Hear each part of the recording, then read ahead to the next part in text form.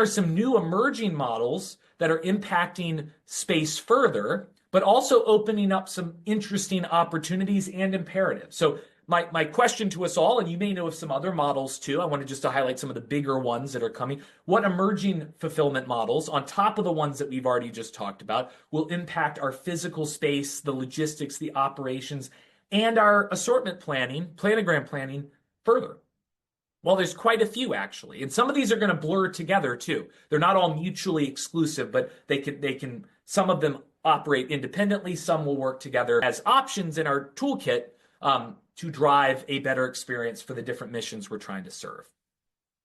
So the first one, when we think about same model, when we talk about who owns the inventory, shopper, retailer, and or brand in this case, increasingly we have retailers looking at, and a lot of, I would say airports and other transport centers, looking at unattended or vending experiences, right? So vending machines are not new, but the technology is advancing very quickly to arm, college campuses, workplaces, airports with unattended storefronts. They can be vending, obviously, for some of the logical refrigerated foods or fresh foods, as well as toys and pharmacy items and other things, obviously not prescriptions yet, but more of the OTC products. We're seeing increasingly a lot more test and learn and advancement in technology for these vending experiences. So in that case, just if we think of that model, if CVS has a vending machine at an airport where I can get some of those,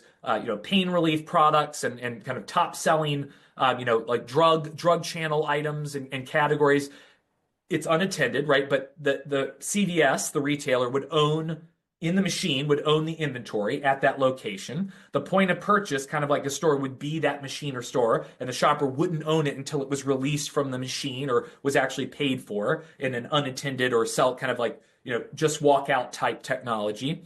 The delivery model in that case is the shopper, even though their delivery is to their seat at the airport. In that case, if we're using that example, and then the point of receipt is that machine or store, right? So actually, it's very similar to in-store shopping. In some cases, just vending store shopping or unattended store shopping. But this becomes interesting because in some cases, just based on where the technology is today, or obviously the size of these machines, these vending experiences, there isn't a very large shelf here. And because it's not a digital commerce experience per se, not that you can't pay with your app or tap your card, or obviously all the simple more frictionless payment methods, we get into a place where, like, how do I win that very coveted slot and facing in a vending machine when a normal CVS would have thousands of SKUs, even in a small format drugstore, right? So being one of the few products on that shelf becomes really, really important. How do I win that, right? What missions, right? And again, the vending machine there might be some common things, like, again, some sort of acetaminophen or ibuprofen products that I might need anywhere I am. But obviously, what would someone need at an airport versus at a street corner versus at a college campus, right? There might be some common categories, but as category management professionals, we might have some recommendations on, hey, if you have ways of optimizing your portfolio,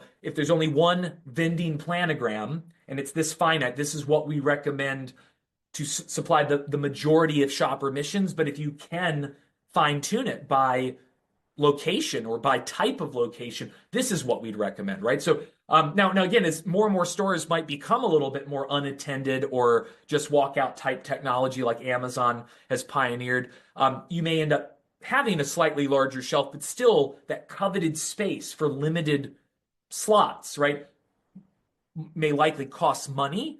So there may be slotting fees of sorts, but it's also going to be based on insight and what really can drive the most incrementality for both the retailer who owns those machines or unintended stores and the brand.